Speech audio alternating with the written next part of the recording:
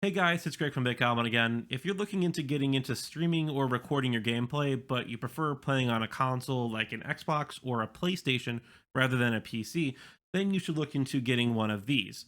The Mirabox USB 3.0 1080p 4K pass-through HDMI capture card, or just, Mirabox 1080p capture card. This little unit can be had for just $40 on Amazon, or of course a little bit less when it's on sale, like it is right now. And it's a pretty handy tool if you're looking into streaming games or simply just recording content from a device with HDMI output.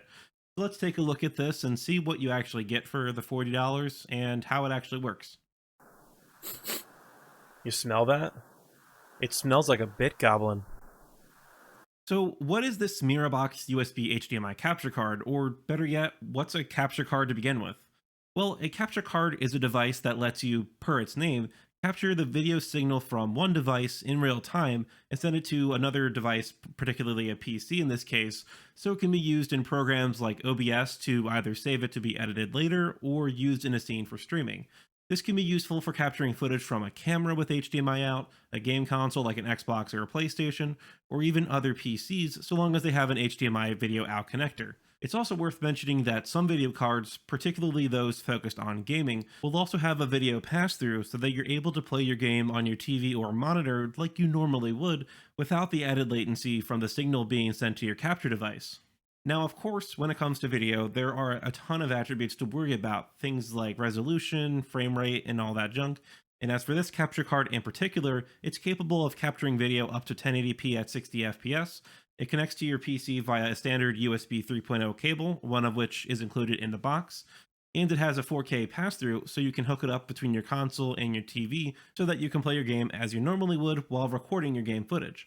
Overall, it packs a mean punch in a small box, and just for $40, like I mentioned earlier. As for the software side of things, this box is driverless, meaning you can plug it into your PC and start using it without having to fumble around installing a driver.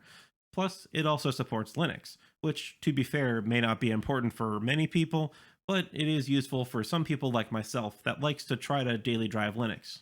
Well, that's pretty much all there is to say about this box in terms of specs and technical details, so let's move on to how to set this thing up and how to use it. Let's say you have an Xbox One connected to a TV and you want to stream your game footage from your PC. In this case, I'll be using my laptop, which is running Ubuntu Mate 22.04, but any other PC will do just fine. Most likely you'll be running Windows, and again, that works just perfectly fine. Other than the capture card and 3 devices, you will also need 2 HDMI cables to connect everything up. If you've already been playing games on your Xbox, then you probably already have an HDMI cable run between your Xbox and the TV. If this is true, then you just need one more cable.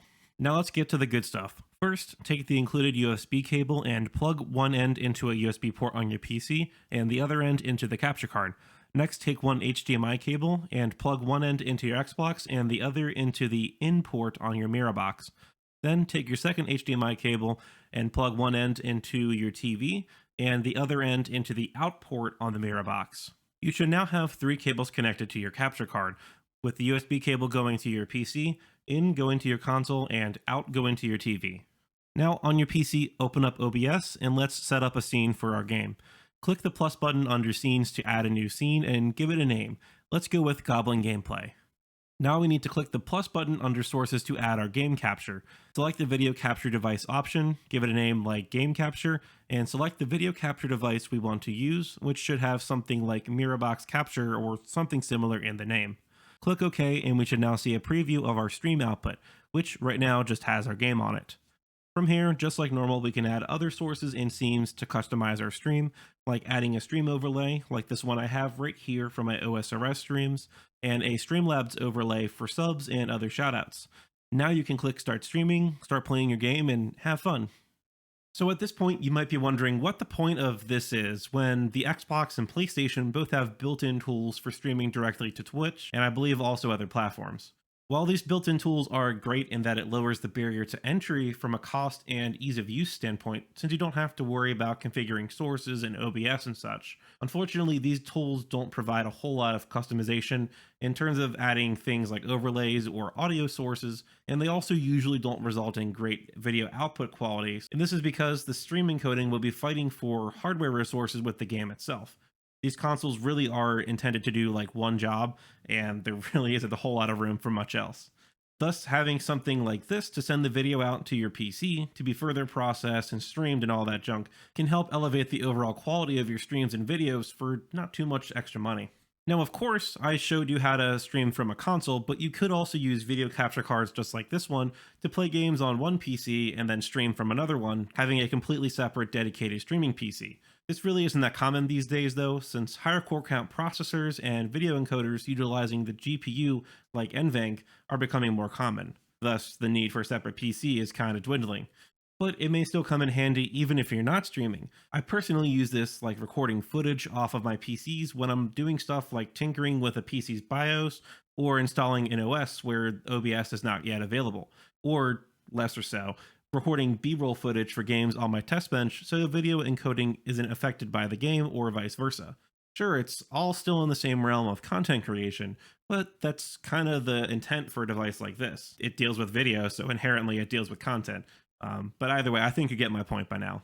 Now, before we wrap up, there are some small idiosyncrasies, I guess is the right term for this, that you should probably know about. First, this device is powered over USB. So if you want to use your Xbox even while you're not streaming, then you'll either need to power on your PC so the capture card can pass through the signal, or unplug it from the capture card and plug your console directly into the TV. This is not a terrible show-stopping thing, but it's just a little inconvenient if you don't want to have a PC on all the time, or you just want to set it and forget it. The other thing I'll mention is sometimes their Mirabox can be a little wonky when unplugging and replugging in devices, and occasionally it'll have trouble outputting the video pass-through with the display connecting and disconnecting quickly. And this is all while the video capture is working just fine in OBS. I've mainly noticed this when trying to record footage off on my test bench, so maybe there's just something weird with that setup, and all I've had to do is just unplug the capture card from the capture PC and then just replug it back in and it's normally fine. But even if it's easy to solve and infrequent, it can still be a little bit annoying at times. So with all that in mind, what do I think of this Mirabox capture card? In my opinion, this is a great device for someone looking to get into streaming their console gameplay or upping the quality of their stream. To me, I feel like this capture card by Mirabox strikes a nice balance between those tiny cheap ones that only capture video in and may not even give you a good 1080p 60 FPS video. Basically, you get what you pay for. And it rivals the capabilities of the more expensive solutions from the likes of Elgato and AverMedia while being a fraction of the cost. Like I said in the beginning of the video, you can get this on Amazon for $40, and right now it's even on sale for like $31 with a coupon for $3 off, so in my opinion, it's a pretty good deal. Alright, that's all I have for this one, so if you disliked the video, then you know what to do, but if you did like it, then go hit that like button and also consider getting subscribed and hitting the bell icon so you don't miss any of my future videos. Don't forget to head down to the comment section down below and leave your thoughts on this video and the Mirabox capture card. Maybe you love it or you hate it, but either way, I would love to hear your experiences with it. I've also got a Discord server if you'd like to join the community and just chat and hang out with us, or if you need it, then we can help you with your gaming and PC problems. I hope you all have a great day, and I will catch you in the next one.